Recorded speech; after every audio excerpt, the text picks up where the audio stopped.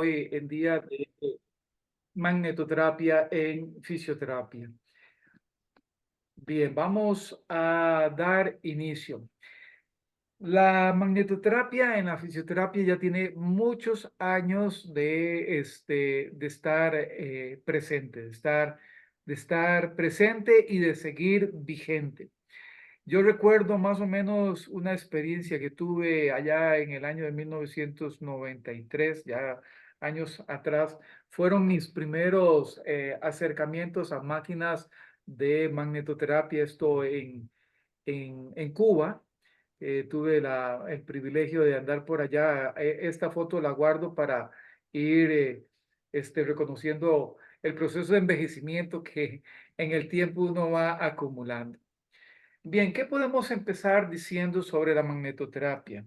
Podemos empezar diciendo de que es una terapia a veces incomprendida y muchas veces subestimada. Existe todo un culto, toda una doctrina de que si yo no siento el agente físico, lo subestimo porque creo que no me está haciendo nada en el cuerpo. Es lo que muchas veces algunos pacientes nos manifiestan.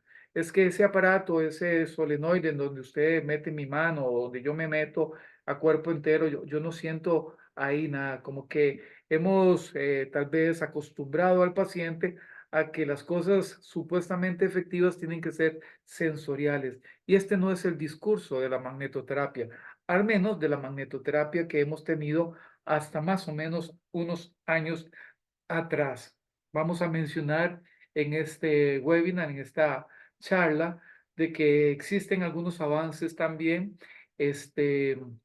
en magnetoterapia que sí ya se fueron a un espectro de ser sensorialmente perceptibles y evidenciados por el paciente, sobre todo a manera de experiencias contráctiles a nivel muscular.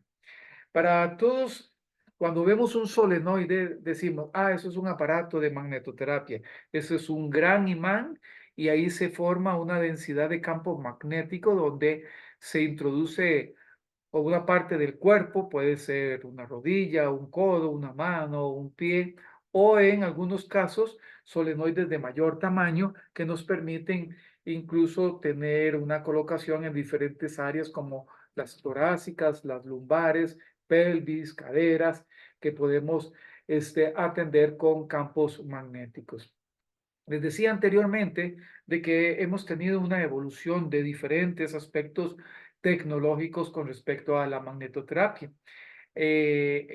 Inicialmente se caracterizó por la aplicación de ciertos solenoides de diferentes tamaños, como lo podemos ver en la figura central, y la aplicación de electrodos o de placas de proximidad también, que se pueden aplicar en articulaciones o en diferentes áreas del cuerpo. Ahora vamos a ver algunas fotografías al respecto.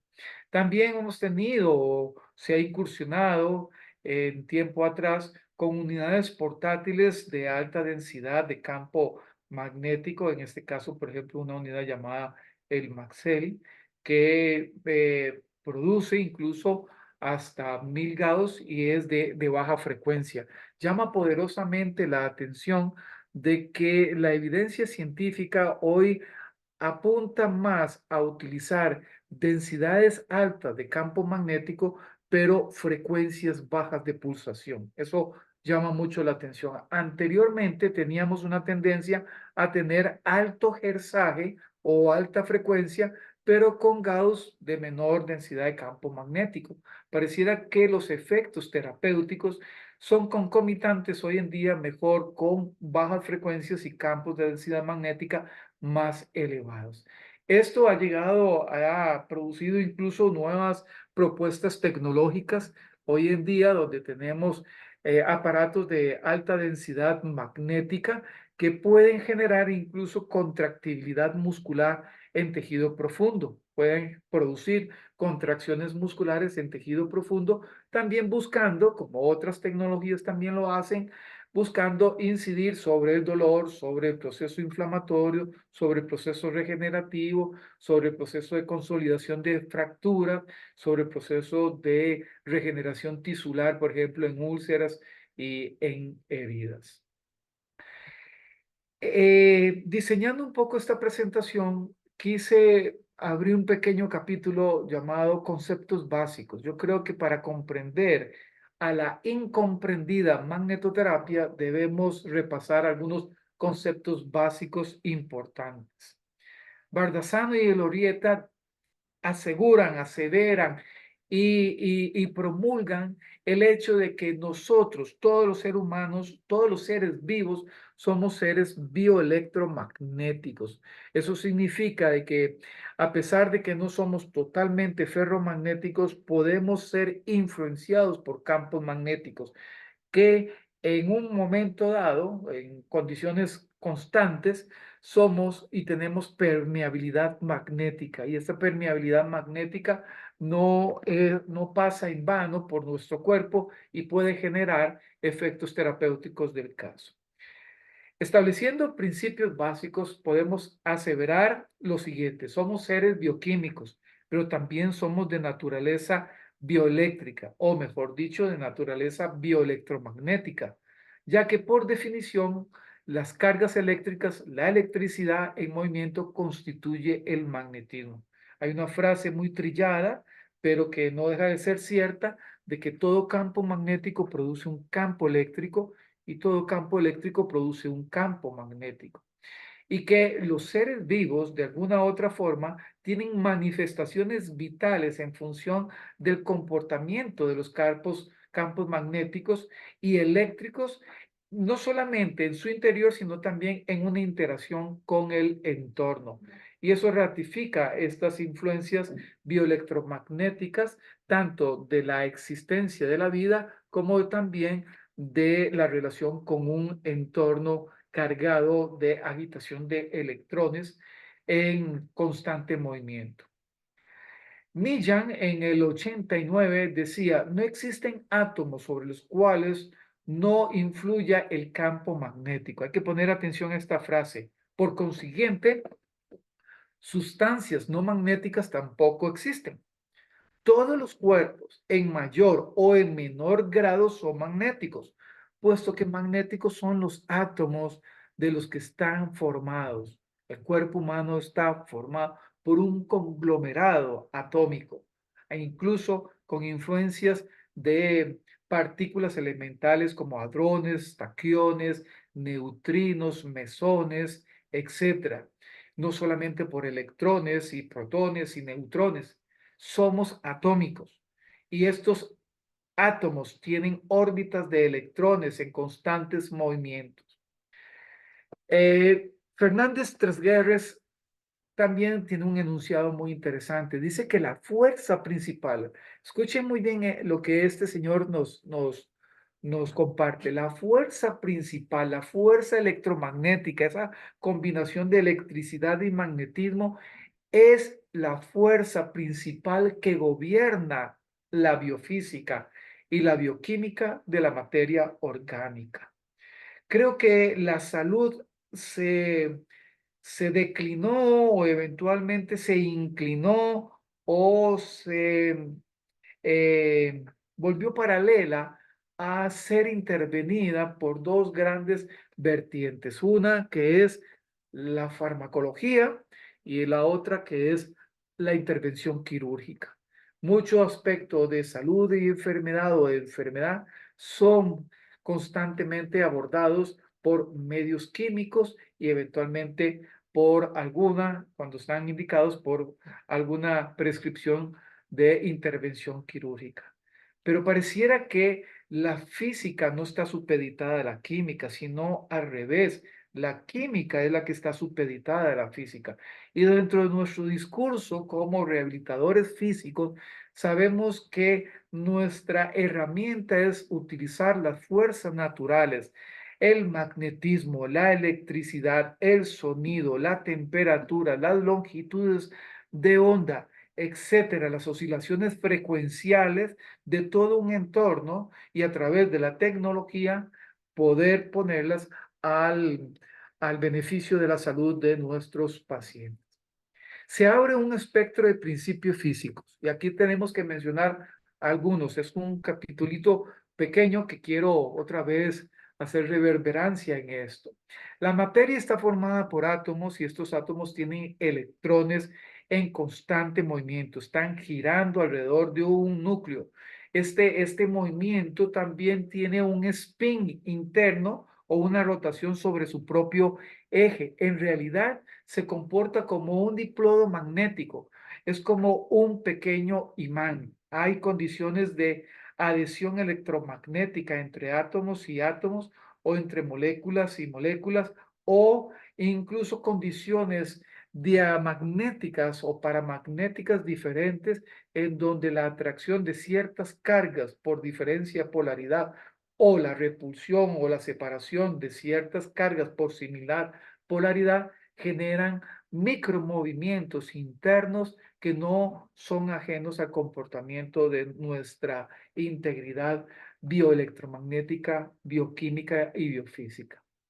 La materia tiene pequeños imanes elementales y si los exponemos a un campo magnético externo, el material puede magnetizarse. O sea, nosotros podemos eventualmente magnetizarnos si estamos envueltos dentro de un campo magnético externo. Lo que es interesante con la magnetización del material orgánico es que tiende a la metaestabilidad y eso es algo muy particular. No somos tan ferromagnéticos de quedar polarizados y magnetizados per se después de haber sido expuestos a un campo magnético, sino que podemos tener una transición de magnetización y una vuelta atrás por lo que conocemos hoy como fenómeno de reversión o de metaestabilidad. Pero ese momento transitorio lo puede utilizar el organismo para buscar energéticamente aquellos aspectos sinérgicos que contribuyan en la autorreparación y la autorregeneración de su estructura si ésta está desviada de normalidad o se encuentra en lo que conocemos hoy en día como corriente interna de lesión. La materia interactúa cuando se encuentra dentro de un campo magnético externo. Esta interacción también tiene que ver mucho con la densidad del campo magnético a que es expuesto el cuerpo y también con la frecuencia o pulsación o polarización de este campo magnético. Y esto va a generar magnetizaciones internas o polarización. En algún caso dado, pueden oponerse o aumentarse al campo externo. Eso en función de lo que muchas veces hemos visto, por ejemplo, en alineaciones de imanes, de dónde está el norte y dónde está el sur. Otro principio físico que quisiera, digamos, recordar es que la magnetización de la materia a un campo externo o alineación de estos imanes elementales de nivel atómico y podríamos decir de nivel subatómico, pueden dirigirse en sentido opuesto o en la misma dirección del campo magnético externo que lo magnetiza. O sea, que si manejamos la tecnología para que tenga variables de dirección del campo magnético, también vamos a tener variables de dirección en el comportamiento de la magnetización en estructuras vivas. Estructuras vivas que están supeditadas al comportamiento electromagnético de los iones de los cuales estamos nosotros compuestos. Los grandes a mencionar, el sodio, el potasio, el cloro, el magnesio, el manganeso, el hierro, el cobre, etcétera, el zinc, que forman parte de todo un contenido iónico o de iones que están ciertamente cargados en nuestro cuerpo y que mantienen homeostasis y que mantienen comportamientos en membranas celulares para favorecer el comportamiento de la vida, del comportamiento de la existencia en condiciones de existencia viva. Bien, ya es conocido, es mencionado y muchas veces reiterado de que existen sustancias, materias que pueden ser paramagnéticas, diamagnéticas y ferromagnéticas. Las ferromagnéticas son las más famosas. Ponemos un imán dentro de un solenoide y vemos que hay adhesión electromagnética. O colocamos dos imanes con polaridades diferentes y vemos que se unen y son de magnetita o de ferromagnetita. O poner polaridades similares y vemos que se genera una fuerza significativa, pero una fuerza ciertamente de separación. Tengo por ahí un video donde se logra ver la adhesión electromagnética de las membranas celulares y el empuje electromagnético de membranas celulares cuando tienden a separarse. Incluso en la meiosis, incluso en la replicación del ADN y del ARN, cuando se está formando un ser, hay fuerzas físicas magnéticas que están dirigiendo esa replicación de comportamiento embriológico o celular que forma un nuevo ser vivo. En la sustancia de los cuerpos paramagnéticos, la magnetización se produce en la misma dirección que el campo magnético externo y con poca fuerza. Escuchemos eso, hay varias características. Entonces, en los materiales paramagnéticos, cuando los ponemos a un campo magnético externo, hay un movimiento en la misma dirección del campo magnético, pero con poca fuerza magnética. En los materiales diamagnéticos o las sustancias diamagnéticas, la magnetización es opuesta al campo externo. Vean qué interesante, aquí hay algo muy particular. Eso es un pequeño ejercicio físico. Esto es un pequeño chorrito de agua cayendo de un grifo y siendo influenciado por la fuerza gravitacional, fuerza que quedó cuestionada según Nikola Tesla, en donde se atrevió a decir que no es tanto el concepto de la existencia de la gravedad, sino que la Tierra tiene su magnetismo y atrae toda la materia a su centro cargado de agitación de electrones. En este caso, nunca hubiéramos pensado, ciertamente, o la mayoría tal vez no hubiera pensado de que el agua es magnetizable. El agua es magnetizable. El agua puede ser movida por campos magnéticos.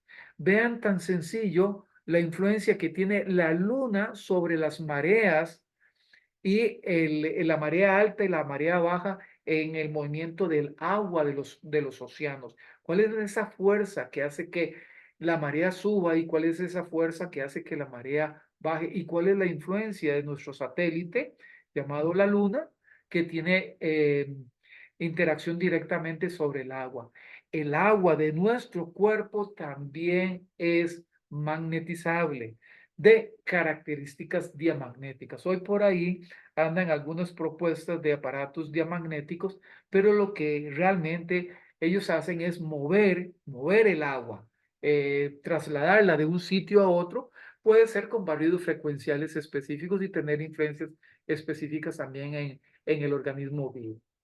Por el otro lado, los más conocidos, las sustancias o cuerpos ferromagnéticos, aquí en los ferromagnéticos, la magnetización está en la misma dirección que el campo magnético externo, pero es mucho más intensa que los paramagnéticos. Entonces, les dejo tres repasos o tres características de las características de la materia frente a un campo magnético. Existen las paramagnéticas, que son en la misma dirección, son débiles, y las ferromagnéticas en la misma dirección, pero son más fuertes. Y las diamagnéticas en dirección opuesta y ciertamente con cierta debilidad. Aquí podemos ver el concepto de dirección de un campo magnético externo. Ya tenemos un campo magnético externo. En las diamagnéticas son opuestas, lo logran ver abajo. Y en las paramagnéticas y las ferromagnéticas son en la misma dirección o fluyen en la misma dirección. ¿Qué pasaría si tecnológicamente los fabricantes de equipos hacen que el campo magnético externo sea, digamos, alternante en dirección? Bueno, harían y provocarían que las sustancias paramagnéticas, ferromagnéticas y también las diamagnéticas empiecen a generar una agitación electrónica y esta agitación electrónica pueda inducir estímulos llamados micromecanotransducción íntima atómica o subatómica. Y es por ahí hacia donde va la subestimada y a veces muy olvidada aplicación de los campos magnéticos. Entonces aquí vemos, por ejemplo, el aspecto de cómo se comportan las fuerzas de atracción o repulsión de la materia según sus características estructurales. Las diamagnéticas, una fuerza débil y empujan, se van en dirección contraria, y las paramagnéticas, una fuerza débil y atraen, y las ferromagnéticas, una fuerza más fuerte y con mayor atracción. Entonces, vemos que unas atraen y otras empujan, por así decirlo.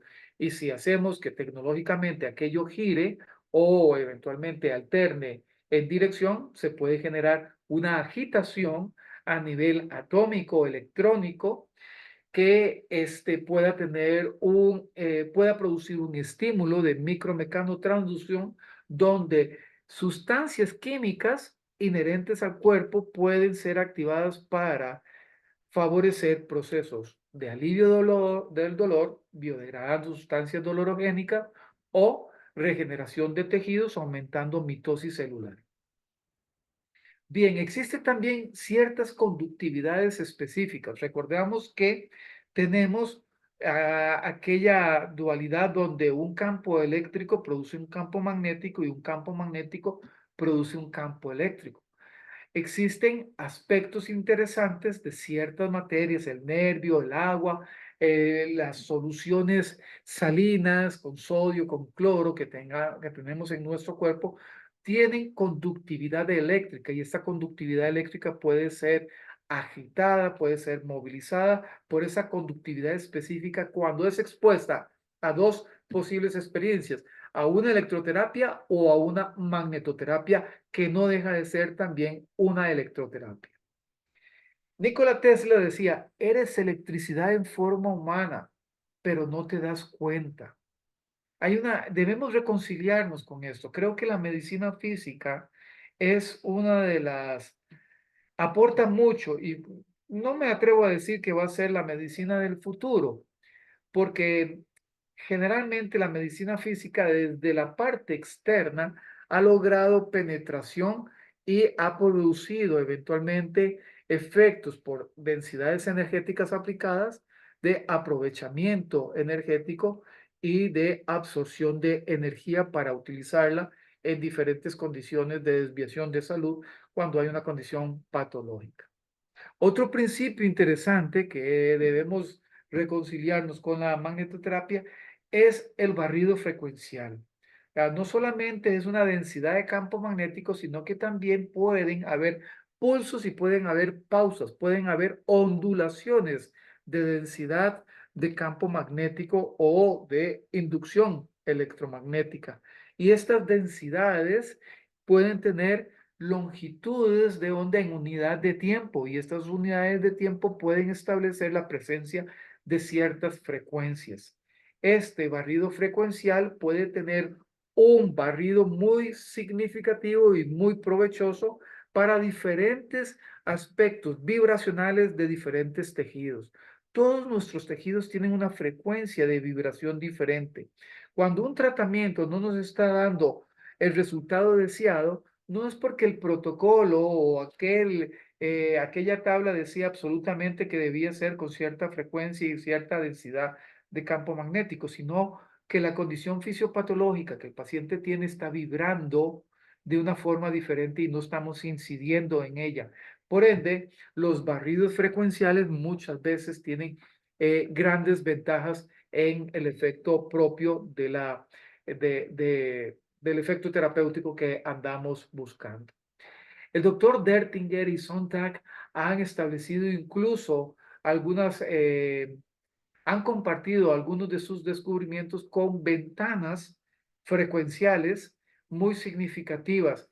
Y incluso el doctor Schumann, un físico alemán, se ha conjugado con este mismo concepto al decir que vivimos en un cosmos que palpita con una frecuencia, pero no palpitamos cósmicamente a altas frecuencias, palpitamos cósmicamente a bajas frecuencias. Entonces, ha llamado mucho la atención que, por ejemplo, la liberación de prostaglandinas a través de granulocitos humanos puede darse con el tratamiento de campos eléctricos en diferentes frecuencias.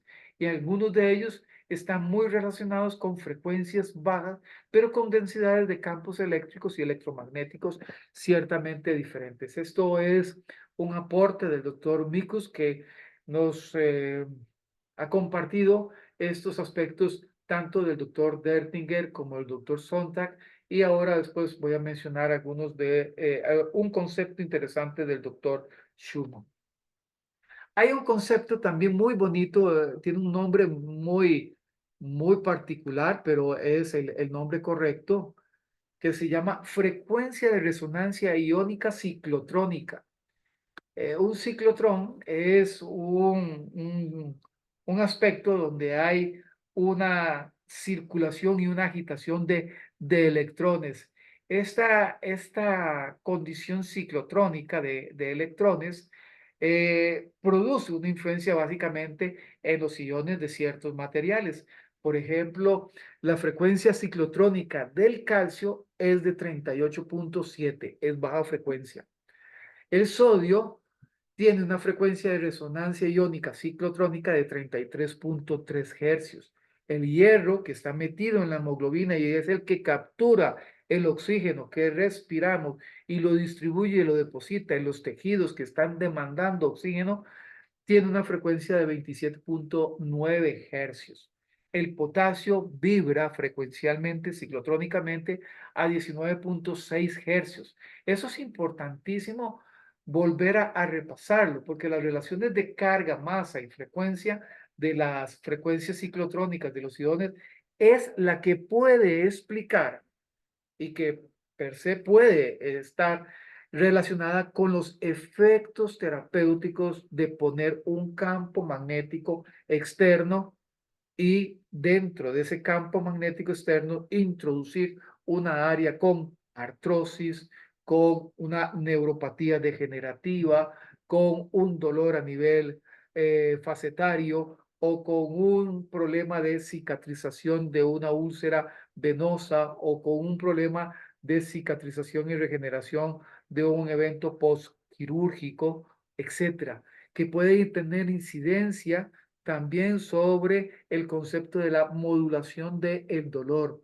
Esto, tener influencia por campos externos en la frecuencia de resonancia iónica de iones que son fundamentales para nuestra vida, como lo vemos en esta lámina. Vamos a ver. Ok.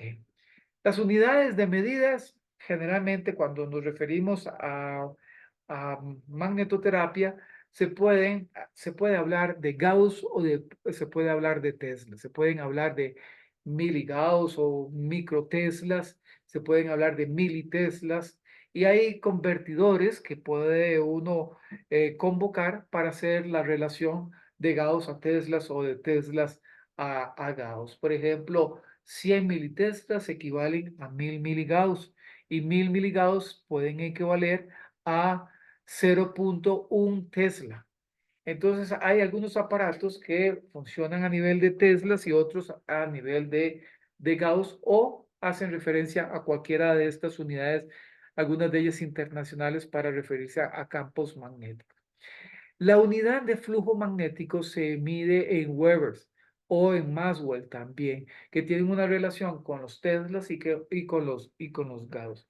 Quien estudió medicina física y rehabilitación o quien estudió terapia física debe entender que debe dominar la física como ciencia fundamental de su quehacer profesional.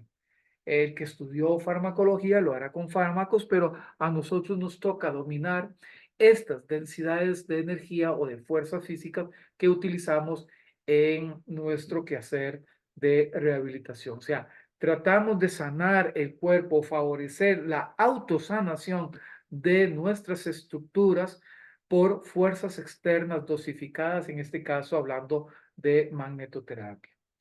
Uno de los consejos que se ha también socializado es que cuando, por ejemplo, introducimos en un solenoide una estructura afectada, el mejor efecto se ha reconocido que se da cerca de las paredes del solenoide. Eso no quita de que tengamos un campo muy uniforme de densidad de campo magnético, pero al parecer, cuando acercamos más el área afectada a las paredes del embobinado de los hilos de cobre o del material que está diseñado el solenoide, el efecto terapéutico es muchísimo mejor y se recomienda que tener una estructura meramente convocada o colocada nada más en el centro del mismo.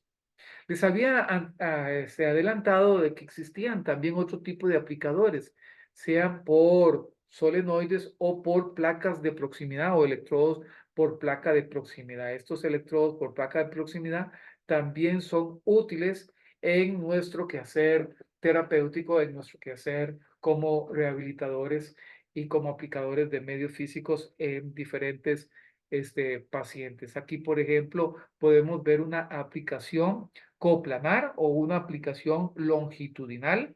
Hay aplicaciones que pueden ser transregionales, otras que pueden ser transversales. Aquí el consejo es que si el compromiso es longitudinal a una fibra muscular fusiforme, entonces la aplicación debe ser como esta.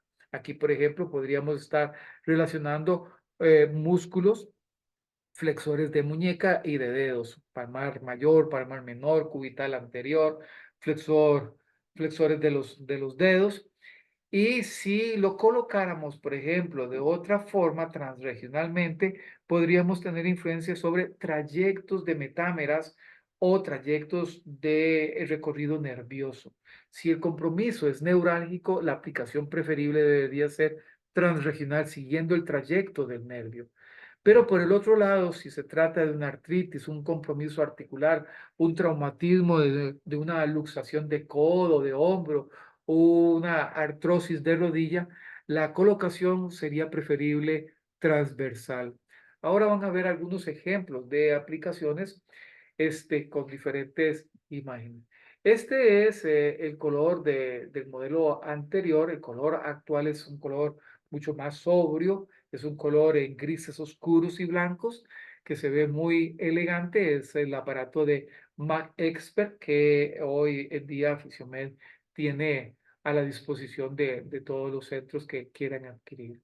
Históricamente tuvimos y hemos tenido un impacto interesante y tengo que darle honor a quien honor merece, a esta pequeña unidad llamada Maxell, que es un aparato pequeño de portable que creo que todavía quedan algunas unidades en existencia, todavía creo que se pueden adquirir, pero que el objetivo básico de este dispositivo de magnetoterapia portátil básicamente era apuntar al órgano diana o a la población diana, que era el paciente que necesitaba ponerse en su casa o ambulatoriamente su campo magnético. Pero sabemos que es un inductor de microcorrientes en profundidad. Aquí tenemos al doctor Schumann, que les dije que se los iba a mencionar, que se une a Elorieta y Bardazano y que también se une al doctor Dertinger y a Sontag, que relacionan el comportamiento bioelectromagnético de nuestro entorno en baja frecuencia. El doctor Schumann, un gran físico alemán, determinó que esta pulsación cósmica que influye también a la vida orgánica en la Tierra se ubica aproximadamente en 7,8 hercios o ciclos por segundo. Esto es algo muy interesante porque en este hertzaje es donde también vemos las ondas cerebrales.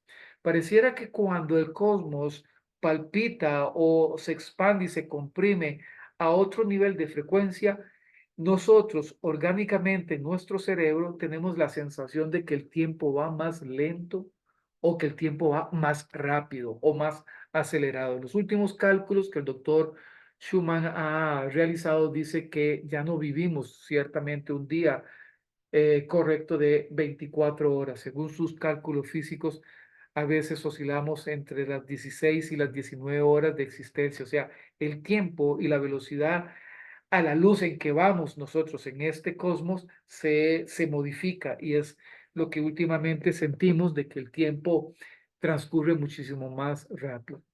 Otro aspecto importante que hay que reconocer, y esto hay que reconocérselo a Nordenström, al doctor Nordenström, él hizo cálculos y midió la bioelectricidad endógena, o sea, la densidad de carga eléctrica que el cuerpo humano puede producir. Bueno, aislado lo que el corazón en su electrocardiograma expresa, lo que el cerebro en su electroencefalograma expresa, o lo que, por ejemplo, la contractibilidad muscular en una electromiografía, sea de agujas o de superficie, también expresa. Podemos registrar comportamiento eléctrico del cuerpo, pero pareciera que a nivel muy íntimo somos capaces de producir electricidad entre 10 a 100 microamperios y que por centímetro cuadrado podríamos ser capaces de llegar hasta 300 microamperios como propia bioelectricidad endógena. Y pulsamos, según sus cálculos, a 0,3 pulsos por segundo. Otra vez volvemos a hablar de bajas frecuencias. Entonces, si queremos hablarle al organismo con campos magnéticos en el idioma electromagnético o bioelectromagnético en que funciona el cuerpo humano, tenemos, pareciera que reconciliarnos con utilizar frecuencias o modulaciones de frecuencias bajas. Podemos usar densidad de campos magnéticos altos como los nuevos equipos que andan en 3 teslas o incluso en 2,5 teslas según el tamaño de los aplicadores. Pero aquí yo soy adepto a la ley de Arn-Schulz, que dice que un estímulo débil incrementa la actividad fisiológica, mientras que un estímulo muy fuerte inhibe esta actividad. Por ejemplo, poner campo magnético que produzca fuertes contracciones musculares en un desgarro muscular no me parece como muy lógico, porque si las unidades están desgarradas y ponemos una unidad electromagnética a producir contracciones en esa unidad desgarrada, no vamos a favorecer su cicatrización y su unión, sino más bien su separación de segmentos. Entonces, por ahí queda cierta advertencia. Pero por el otro lado, también sabemos que dosis menores pueden dar un mejor resultado terapéutico. Y es aquí donde algunas condiciones deben ser correlacionadas con el aspecto de dosificación del medio físico. Eso de que no pain, no gain, dicen algunos, o si no siento es que no sirve, o entre más sienta mi paciente, mejor resultado vamos a tener. No siempre es cierto y no siempre es conveniente. Yo creo que si seguimos o nos dirigimos a una línea de satisfacer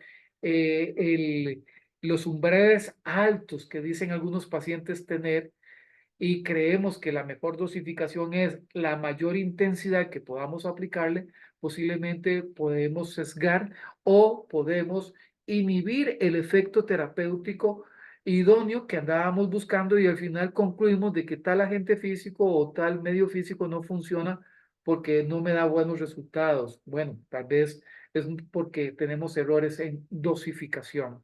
El principal error en dosificación que estamos viendo es en las sobredosificaciones energéticas. El cuerpo humano no necesita que lo sacudamos con violencia, con pequeños niveles sutiles de energía, él puede entender. Lo demás le toca al cuerpo responder. El estímulo, lo que hace la medicina física sobre el organismo es aplicar un medio físico para que la química y la biología reaccione a este estímulo y busque por medios endógenos su restablecimiento y su recuperación. Aquí vemos al Maxell en diferentes unidades. Sabemos que son pulsados. Vean qué interesante. Son de pulsación, o sea, tienen frecuencia. Esta frecuencia, además de esta frecuencia, tiene también densidad magnética, en este caso 1000 Gauss, y que más o menos se modula una frecuencia ahí de unos 4 a unos 12 hercios. Estas modulaciones son interesantes porque no son frecuencias fijas. Y cuando uno tiene esa posibilidad de modular ciertas frecuencias, puede tener un mejor espectro, un mejor abanico de posibilidades de lograr el efecto deseado que queremos. Hay algunas patologías muy susceptibles a frecuencias fijas que ya están, digamos, validadas y protocolizadas. Podemos empezar con una frecuencia fija en algunas, siguiendo algunas tablas, yo les voy a mostrar algunas, pero tenemos que estar valorando el resultado y la respuesta. Recordemos que todos nuestros pacientes son seres interactuantes y reaccionantes frente a lo que hacemos con ellos o frente a lo que no hacemos con ellos. Entonces, yo aplico algo y tengo que valorar la respuesta de ese algo aplicado. Es como cualquier otro tipo de medicamento. Hay algunos medicamentos que uno...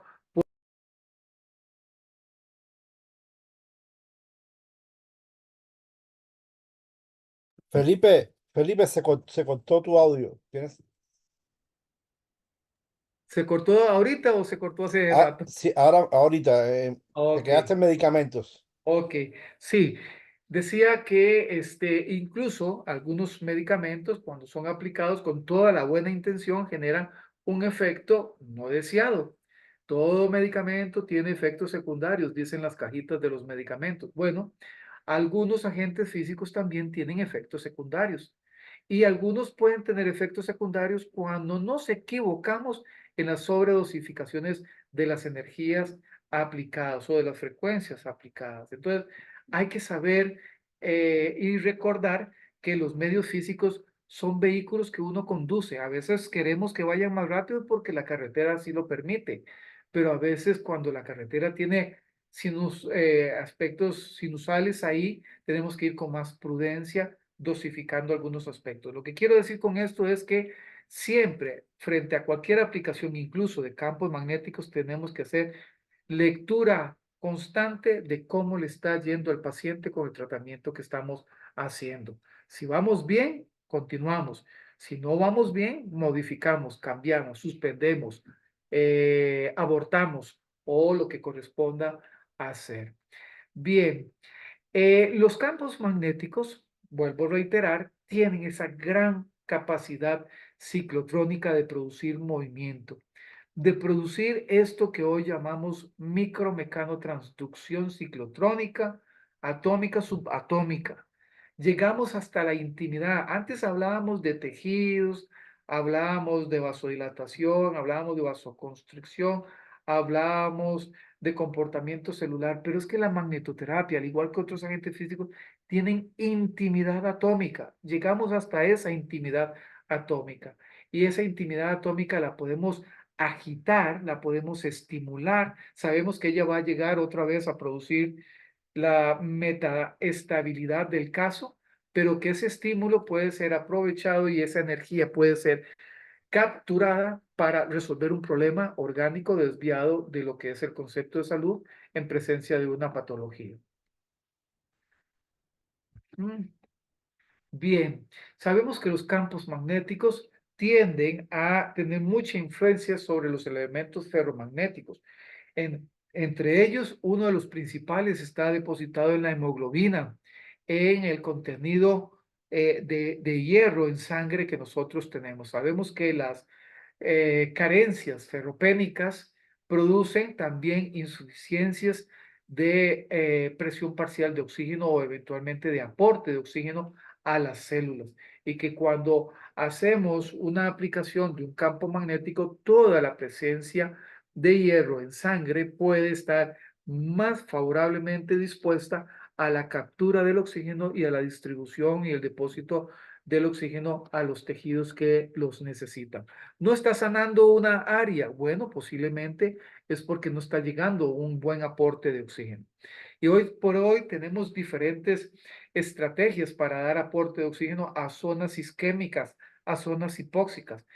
Por ejemplo, hemos tenido un boom con respecto a las cámaras hiperbáricas, pero también debemos recordar que hay un buen aporte de oxígeno cuando nosotros tenemos influencia sobre elementos ferromagnéticos al introducir una estructura dentro de un campo de densidad magnética como lo es los solenoides o las placas de proximidad que tienen los aparatos de magnetoterapia. Y volvemos a reiterar, si todo campo magnético produce un campo eléctrico, entonces produce electricidad. Y como somos permeables, no impermeables, sino permeables a los campos magnéticos, podemos depositar densidades de cantidad eléctrica en tejido profundo. Eso no es un invento reciente de que estemos aportando electricidad sin electrodos en tejido profundo y densidades eléctricas que por micra cuadrada pueden convertirse en microamperios de posibilidad energética, sobre todo de inferencia o de aspecto directo sobre la influencia de la triboluminiscencia mitocondrial y la producción de ATP o el incremento de el AMP cíclico a nivel celular y proveerle una ventaja energética a la célula para que ella busque cómo sanarse. Los agentes físicos no sanan nada. Los agentes físicos son el estímulo que aplicamos al cuerpo para que el cuerpo ciertamente reaccione a este estímulo y busque su autosanación, su recuperación, su cicatrización, su restablecimiento de funciones homeostáticas y eventualmente la reversión de algún comportamiento desviado de salud. Bien, existen principios de funcionamiento. Los campos magnéticos y eléctricos de baja frecuencia básicamente tienen como objetivo la célula. Yo diría que más allá, la molécula y más allá, incluso los spin giratorios y las órbitas de giro que tienen los electrones a través en el átomo, alrededor del núcleo protrónico que tienen. Llama mucho la atención que dos electrones, al tener la misma carga, tienden a separarse, pero que los protones dentro del núcleo se mantienen unidos. Eso es un gran misterio físico que hoy por hoy en los estudiosos de las partículas elementales subatómicas está en constante análisis. Existen efectos estadísticamente significativos que argumentan que la biología celular por densidades de corriente eléctrica inducida pueden tener efectos terapéuticos y responder a los mismos. Y que los campos magnéticos, sobre todo los pulsátiles, los que tienen frecuencia, tienen pulso, pausa o duración de densidad y pausa, tienen una posibilidad de hacer un envolvimiento de los dipolos a nivel celular y a nivel atómico. Y estos dipolos eléctricos pueden entrar en una agitación interesante que puedan ser reorientados y dirigidos en cierto campo con una intención terapéutica y después quitar el campo de densidad magnética y eventualmente ver la respuesta orgánica frente a esto. Se dice también y se argumenta que la fuerza magnética es tridimensional, a pesar de que pueda ser direccional en una condición, es tridimensional. Uno pone un imán, como lo vimos en dos imanes que estaban cercanos, vemos que hay fuerza magnética en todo un entorno alrededor de ese imán, no solamente en una sola dirección. Por polos puede tener una unidireccionalidad, pero incluso una fuerza magnética puede distribuirse en diferentes direcciones. Uno de los aspectos en el desarrollo tecnológico ha sido concentrar el campo magnético en los solenoides para que no exista pérdida tan tridimensional de la densidad de campo magnético cuando se aplica, sea por placas de proximidad o eventualmente por solenoides de diferentes tamaños. Algunos aparatos, como lo hemos visto, por ejemplo, en el Maxell, superaban corrientes de 10 miliamperios en tejido profundo, en tejido conductor. Y si nos vamos, por ejemplo, a la especificidad de la electroconductividad de algunas sustancias, vimos que algunas sustancias tienen mayor conductividad eléctrica. El hecho de tener mayor, menor conductividad eléctrica, el hecho de tener una vibración frecuencial, el hecho de poder alcanzar tejido profundo, en ser una terapia penetrante y profunda, pero no lacerante, que es algo interesante, que yo creo que no siempre para ser efectivo necesito ser invasivo, pero sí puedo ser penetrante. Y esta penetración, según sea la dosificación correcta que se haga, puede tener un efecto de muy buena absorción de la energía según la dosificación que apliquemos en tejido profundo. Entonces es como una especie también de reconciliación con la magnetoterapia como un gran elemento interesante de terapia. Bien, aquí están las frecuencias ciclotrónicas, por si alguno sacó el teléfono y quiere tomarle una fotografía. Esto es valioso, interesante tenerlo por ahí capturado. Bien, hay algunas diferencias, la magnetoterapia con diferentes dispositivos. Hay algunos que son portátiles, otros como el Mac Expert, ya está más diseñado para una cabina terapéutica, una clínica o un centro de rehabilitación, donde el paciente tiene que llegar a recibir su tratamiento de magnetoterapia. Uno de los aspectos más interesantes como efecto ciertamente secundario es que cuando uno pone a los pacientes en estas unidades, son muy inductoras del sueño. Incluso algunos pacientes que tienen problemas de insomnio empiezan a experimentar en sesiones sucesivas una regulación de su ciclo onírico y su regulación de sueño o de vigilia y sueño, de vigilia y de estar despierto o de eventualmente de poder tener el deseo de dormir o inducir el sueño. Eso es muy particular. Por ahí después les voy a hacer una pequeña advertencia con un químico que se llama verapamilo, que tiene una influencia con respecto al calcio y que se utiliza en algunas condiciones de relación de presión arterial en donde pacientes que están con verapamilo no son tributarios y es una contraindicación particular para aplicar la magnetoterapia.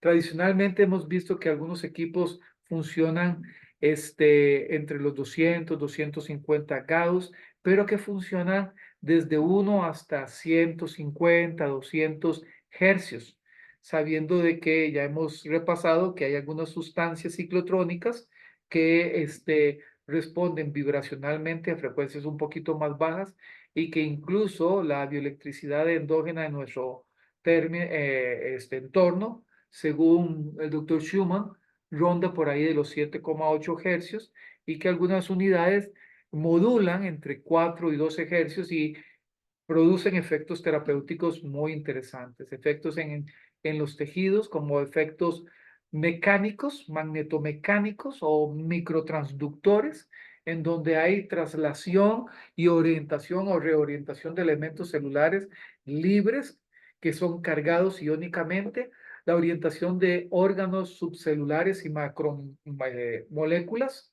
que pueden reaccionar a campos magnéticos. No somos sensibles a esa vibración ciclotrónica, pero sí se da cuando hay una transición o cuando hay una exposición a campos magnéticos externos. Existen rotaciones, traslaciones o gradientes de concentración de moléculas paramagnéticas. ¿Y qué decir también del movimiento del agua como comportamiento diamagnético en dirección contraria al flujo magnético que estemos aplicando?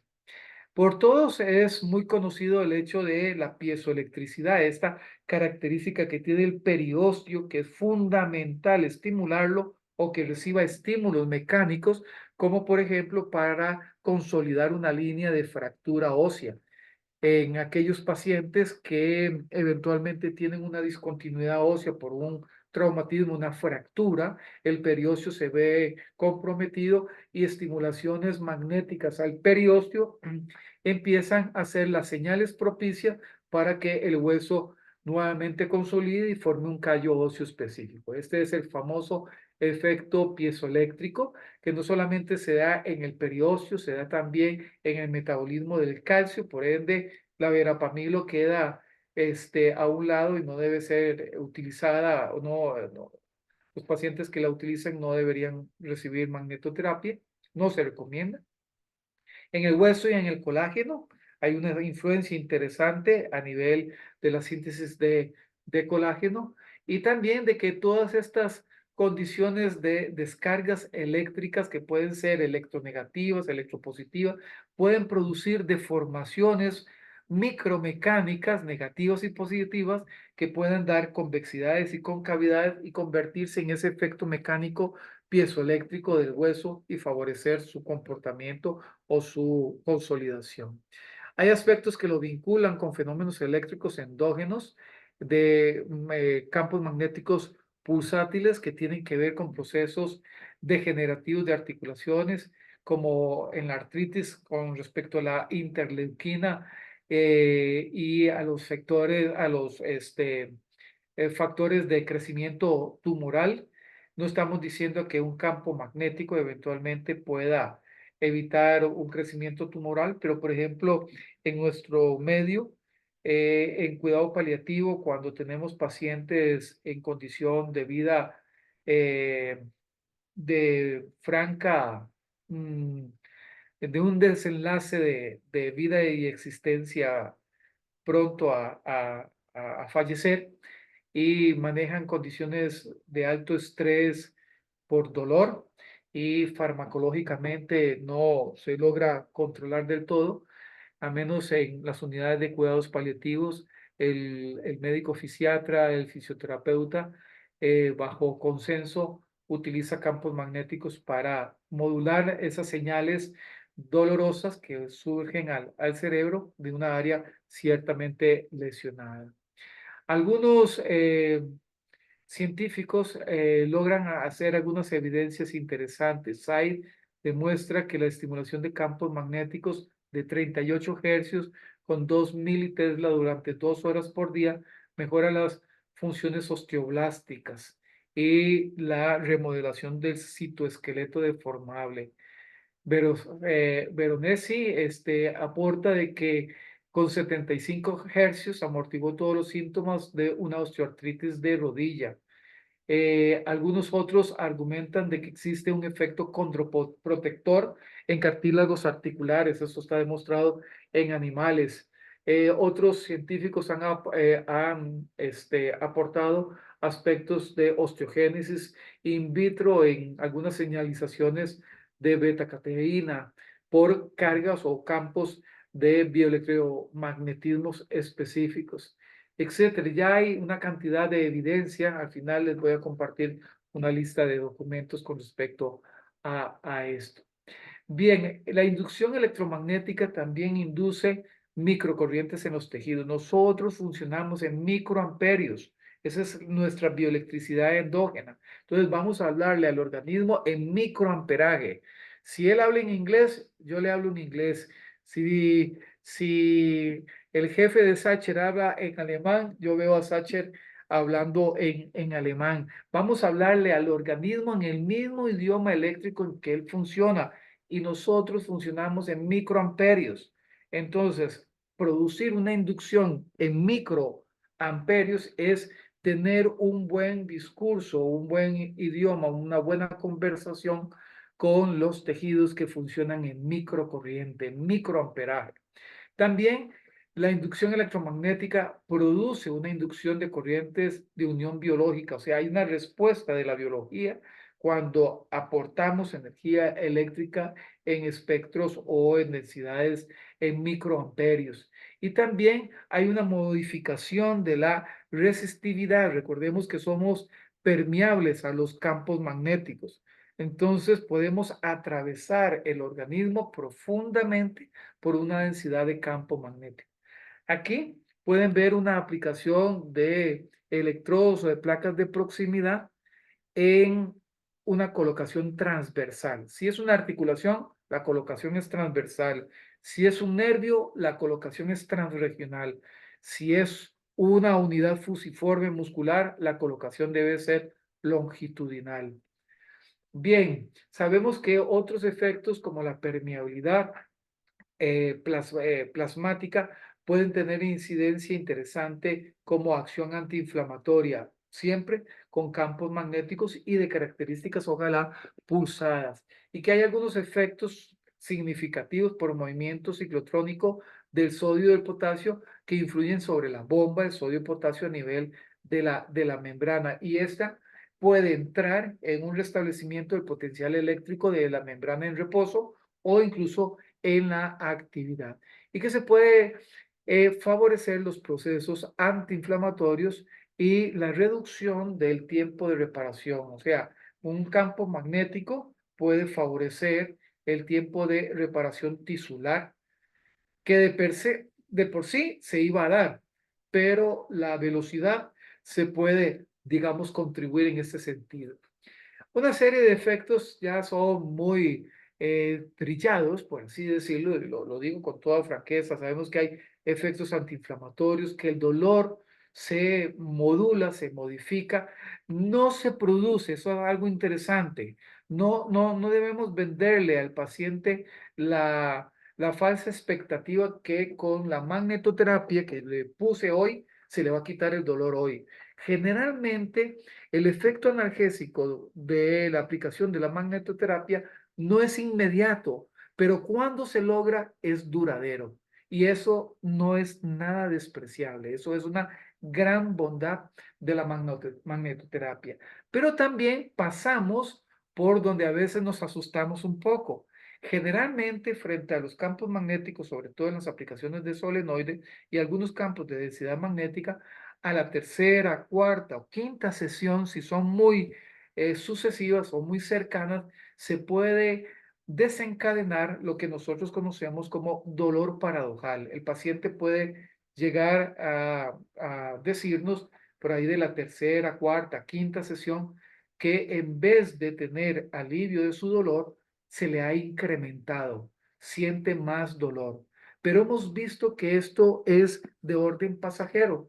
Se da ese dolor paradojal, pero tiende a disminuir y cuando se logra la analgesia, se logra una analgesia muy duradera o de mayor efecto de duración longitudinalmente en el tiempo. Hemos visto que el campo magnético tiene un efecto miorelajante sobre la musculatura visceral lisa. Algunos conductos, por ejemplo, biliares o algunos aspectos viscerales como el intestino delgado, el intestino grueso, el esófago incluso, tienden a miorelajarse y a tener un efecto antiespasmódico. Esto puede ser sinérgico a los antiespasmódicos que a veces farmacológicamente se le puedan indicar al paciente, etcétera. También se argumenta de que hay una segregación de endorfinas. Esta segregación de endorfinas sí va a incidir sobre el dolor. Hay personas que tienen mucho dolor y pocas endorfinas, entonces tienen mucho dolor. Hay otras personas que tienen muchas endorfinas y mucho dolor, pero se consumen muy rápido las muchas endorfinas que tienen. Hay otros que tienen pocas endorfinas y tienen dolor, pero hacen que sus endorfinas los sostengan por más tiempo en una condición, digamos, funcionalmente más tolerable. A veces tenemos pacientes con trastornos de sueño o con problemas de irrigación sanguínea o de aprovechamiento de oxígeno a nivel cerebral. Se ha argumentado de que se puede hacer estimulación magnética transcraneal. Todavía hay que tener un poquito de curva de aprendizaje con respecto a las bondades, los efectos que queremos y las reacciones que logramos producir en el paciente. Tal vez hacer despolarizaciones indiscriminadas en corteza cerebral para producir contracciones periféricas eh, nos abre más bien un campo de ciertas dudas, de cierta prudencia, de cierto cuidado, pero bueno, nos abre una posibilidad también insospechada de logros terapéuticos que todavía no conocemos. Aquí estamos aplicando anteriormente la, eh, el Maxel en unidades, esto es en una fascitis plantar, esto es en una gonartrosis, esto es básicamente en gota. Esto es una bursitis rotuliana. Esto es en un manguito rotador, un desprendimiento, una ruptura del ligamento transverso de la corredera bicipital del bíceps en ese hombro. Esto es una bursitis rotuliana. Esto es en un proceso de cicatrización de una cirugía de esa falange del cuarto dedo. Esto es una aplicación en un desgarro parcial del tendón del supraespinoso. Esto es una pesancerina, cerca de una pesancerina o un platillo tibial interno. Esto es en una úlcera varicosa. Esto es en una epicondilitis. Esto es algo muy interesante. Se hizo un estudio que arrojó resultados también insospechados y muy favorables del proceso antiinflamatorio o desinflamante de la hiperplasia prostática benigna. Y es algo muy particular que se argumenta hoy hacia los campos magnéticos. Hay una posibilidad de atender patologías de suelo pélvico, del periné, de una forma muy profunda, penetrante, no invasiva, pero sí penetrante. Es como dos términos que tal vez no conjugan, pero así hay que decirlo, que abre una posibilidad terapéutica, por ejemplo, en patologías de suelo pélvico. Una consolidación de una fractura de coles, radio ahí, una lesión a nivel eh, superior al codo. Esto es en una aplicación de vértigo benigno paroxístico, también un vértigo benigno paroxístico o un tinnitus o un acúfeno que se estuvo aplicando. Esto es un proceso de otalgia o dolor. Aquí vemos influencias interesantes en aplicaciones en odontología de campos magnéticos. Eso es una exodoncia que responde adecuadamente a campos magnéticos. Ahí podemos ir viendo, eso es un estudio que hicimos aquí en Costa Rica, como una tesis de grado de la utilización de campos magnéticos pulsátiles en favorecer la cicatrización de las encías después de una exodoncia y controlar el dolor. Vean, por ejemplo, qué rápido cierra esas partes alveolares donde estuvo una pieza dental, y esto debido a campos magnéticos aplicados en el cachete, en la mejilla del paciente. La artrosis es algo que también responde muy favorablemente a los campos magnéticos, sea por unidades como esta o como unidades propias como el Mac Expert, sea con solenoide o... Esto es nuestro perro, este es mi perro, aquí, este es en el año 2012. Aquí le hicimos aplicaciones de magnetoterapia. Aunque ustedes no lo crean, en nuestro país hay médicos veterinarios que utilizan estos dispositivos de magnetoterapia o los ponen en solenoide, ya que el perro no siente un electrodo, no siente, no sé, un percutor, no siente un estímulo eléctrico específico, no se incomoda con la colocación de otro aparato. Esta terapia, podríamos decirle, extracorpórea, tiene muy buenos resultados. Hemos ido generando evidencia y generando experiencia en el transcurrir del tiempo, en donde hemos atendido, por ejemplo, a afecciones como polineuropatías, prediabético, insomnio, inflamaciones óseas, hinchazones y edemas, y cicatrización de heridas con diferentes aplicaciones. Hay algunas contraindicaciones que son universales a cualquier campo magnético. No se recomienda en tuberculosis, en embarazo, en presencia de marcapasos, en micosis, en hemorragias activas, en estados de preinfarto, en hipotensiones arteriales, en embolia, en claudicaciones intermitentes, en angiopatías diabéticas, en angina de pecho y en insuficiencias coronarias y en verapamilo. Ahí también se lo pongo como una contraindicación absoluta. Esas son algunas de la lista de innumerables artículos publicados que sustentan la evidencia documental de los beneficios y los efectos de la magnetoterapia en tejidos vivos y en pacientes. Hay revisiones bibliográficas que apuntan, por ejemplo, a efectos antiinflamatorios articulares, a efectos antiinflamatorios en artritis, a respuestas electromagnéticas endógenas de actividad biológica celular, actividades moleculares activas o incentivadas por campos pulsátiles, resonancias electromagnéticas en el potencial de membrana en reposo y restablecimiento de los mismos, movimientos en los canales de calcio.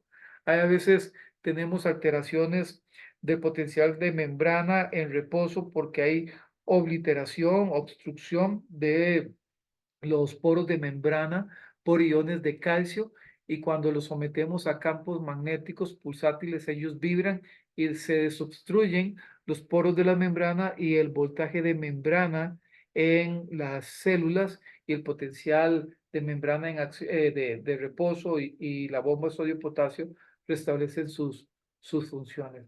Se argumenta de que tiene un efecto protector a nivel celular y que también tiene muchas incidencias sobre algunas condiciones de segregación de, de síntesis en segregación de monocitos y macrófagos en algunos tejidos locales específicamente. Bien, aquí tenemos diferentes aspectos de revisión. Voy a mostrarles para ir acercándonos al final algunos videos de algunas fotografías de aplicación. Aquí estamos midiendo con un gaussímetro la densidad magnética de estos aparatos portátiles. También ahorita les voy a mostrar otras aplicaciones por solenoides. Aquí, por ejemplo, hacemos aplicaciones en sacroileitis, en discartrosis, en artritis facetarias o procesos inflamatorios facetarios, en lumbalgias mecánicas, en inflamaciones del trayecto del nervio ciático, sea por un síndrome piriforme o por una hernia de disco. Esto como tratamiento concomitante, sinérgico y coadyuvante con otros tratamientos que hacemos al paciente. Aquí tenemos una aplicación con los dos solenoides. Nuestros aparatos hoy en día nos permiten incluso la aplicación simultánea con un solenoide grande, un solenoide pequeño, porque el Mac Expert tiene salida de dos canales. Aquí estamos haciendo una verificación del campo eléctrico de un solenoide grande. Este es un paciente con una bursitis trocantérica. Okay, aquí tenemos un paciente con una afección a nivel de lumbalgia, con un compromiso también articular en rodilla. Aquí tenemos una paciente con una sacroileitis. Ese es un paciente con un Leckalbe-Pertex, que es muy particular. Este es un paciente que lo pusimos en esta posición para hacer aplicación bilateral en su gonartrosis. Estos son ejemplos con solenoides grandes. Como les digo, ahora tenemos una unidad con un color muy sobrio, un color en tonos grises oscuros. Esta es una aplicación a nivel de, de, de una dorsalgia, de un problema a nivel dorsal, pero también ven allá colocado un solenoide pequeño en su rodilla derecha. Aquí tenemos otros conceptos técnicos de aplicación. A veces hay pacientes que no logran soportar una posición recta en camilla, entonces existen soluciones caseras, como poner una cuña, una almohadita para que la paciente esté relajada y poder hacer una aplicación ciertamente correcta. Estos son fotografías de experiencias que hemos tenido en años bastante anteriores.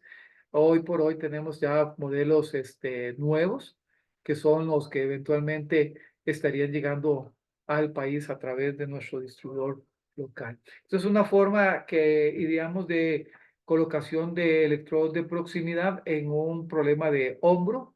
Ahí sin mayores vendajes lo pusimos como una especie de alforja ahí con un peso compartido tanto en la parte anterior como posterior para tratar afecciones de hombro. Aquí hay una mano con una fractura, secuelas de fractura de coles. Esto es un ejemplo de colocación. Esto es un paciente con osteoartrosis, ahí con lo que conocemos también como risartrosis bilateral, un paciente con risartrosis bilateral aquí con gonartrosis. Por supuesto, combinamos algunos procedimientos. Podemos hacer una terapia manual de movilización y posteriormente, como complemento, una magnetoterapia después de ese procedimiento manual que se haya realizado. Pacientes reales que han recibido tratamiento y son tributarios de los beneficios de esto. Aquí ustedes pueden ver un imán redondo, o circular, que hemos puesto ahí en ese primer ortejo. El paciente decía, es que yo no siento nada con este aparato.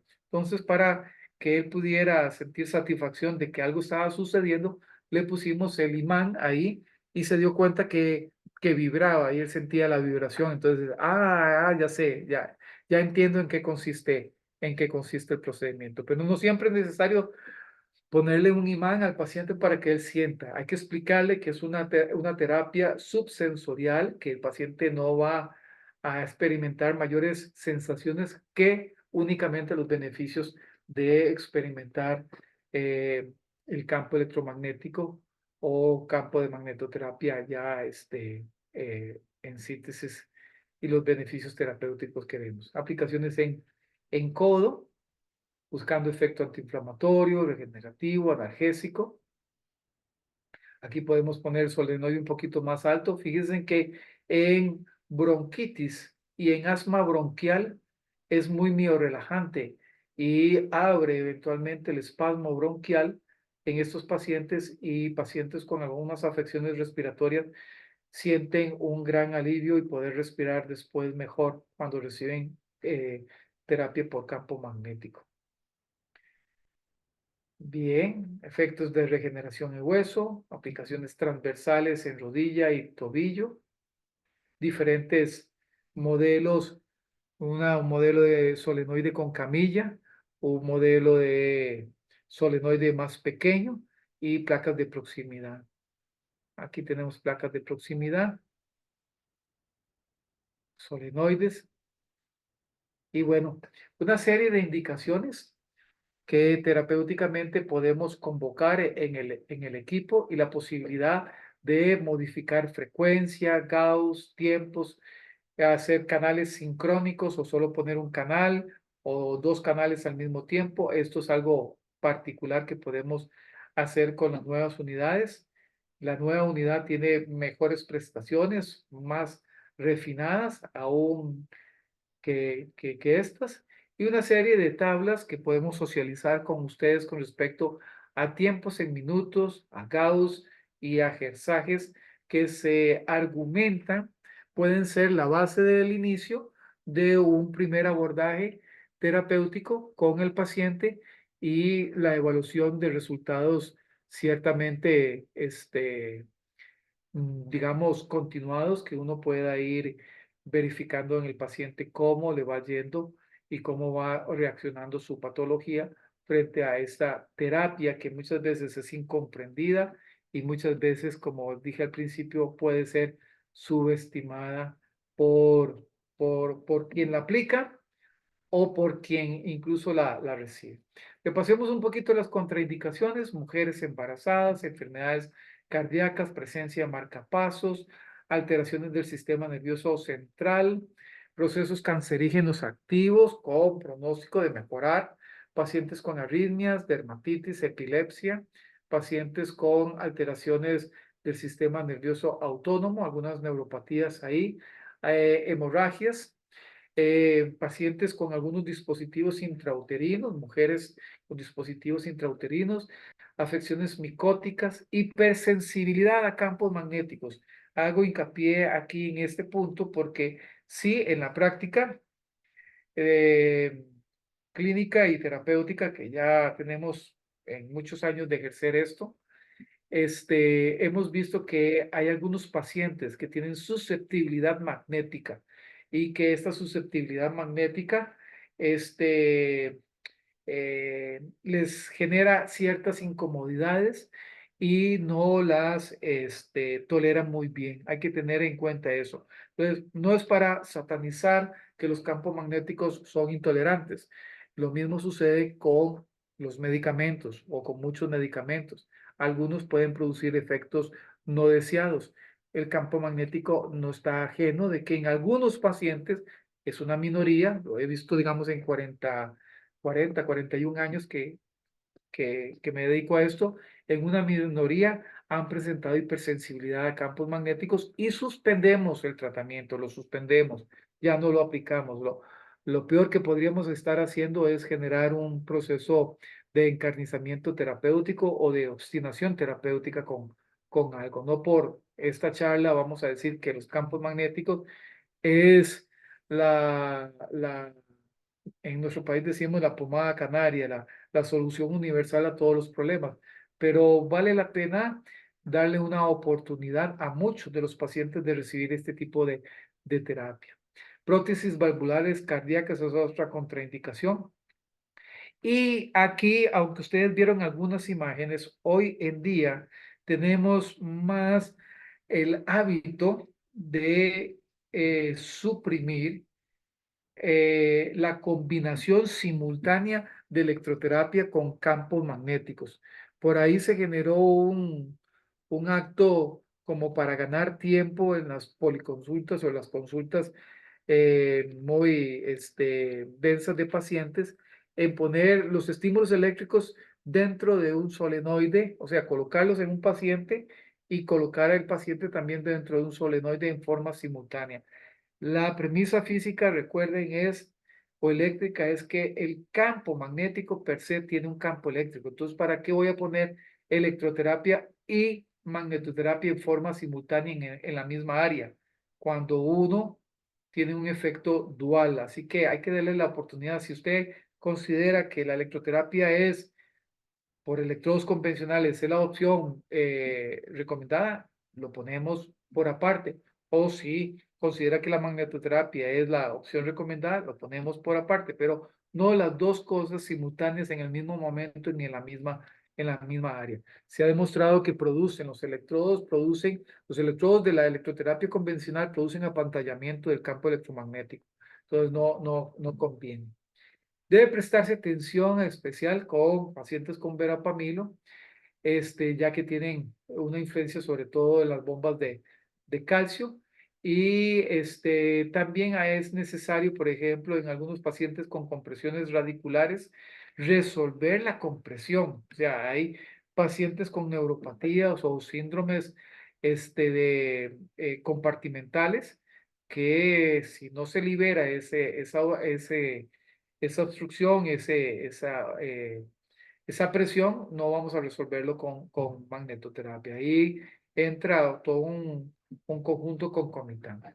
Y bueno, ya para terminar, tenemos hoy en día propuestas también particulares sobre la estimulación magnética de alta intensidad. Hablamos de altas intensidades en Gauss.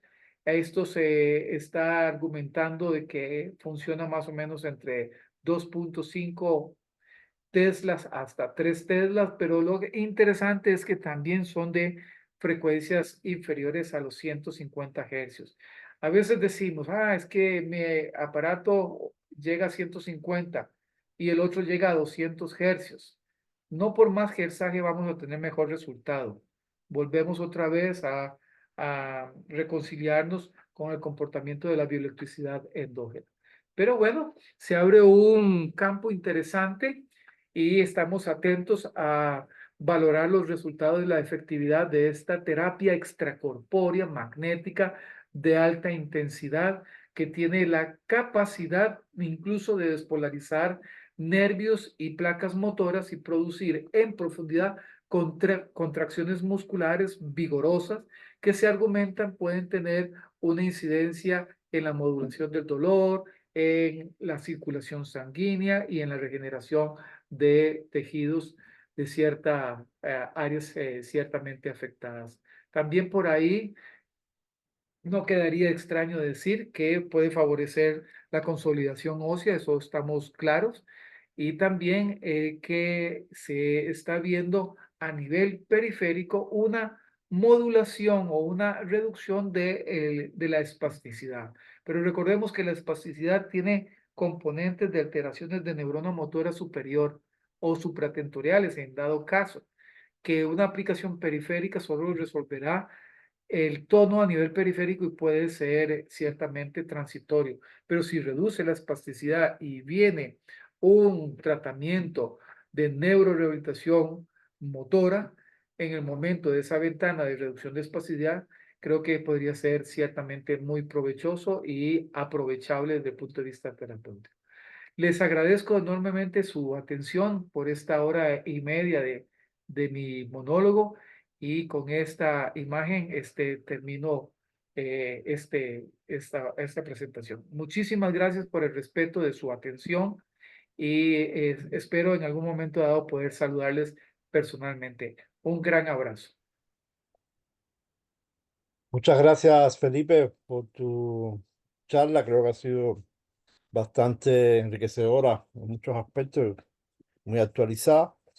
Eh, entonces, bueno, hay algunas preguntas que han hecho en el chat que quiero poner. Dice Marisela Castillo. Maestro, si no podemos dar el tiempo programado que tiene una patología, ¿qué sucede al cortar el tiempo? O sea, si paramos la terapia antes de... Sí, los tiempos son tiempos aproximados. Eso es algo interesante. Siempre el conflicto nuestro con respecto al tiempo. Hay algunos tiempos muy validados. Generalmente la magnetoterapia, exceptuando en el Maxell, la magnetoterapia tiene que respetar ciertos tiempos prolongados.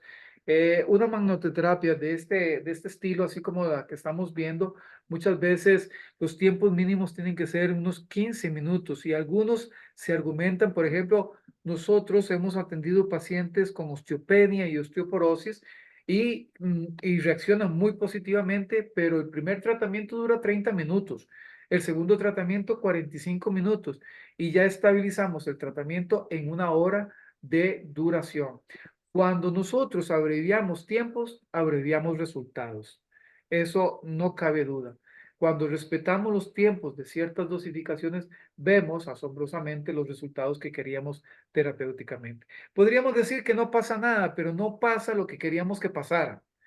Y eso a veces está en función de que disminuimos el tiempo de la aplicación que correspondía.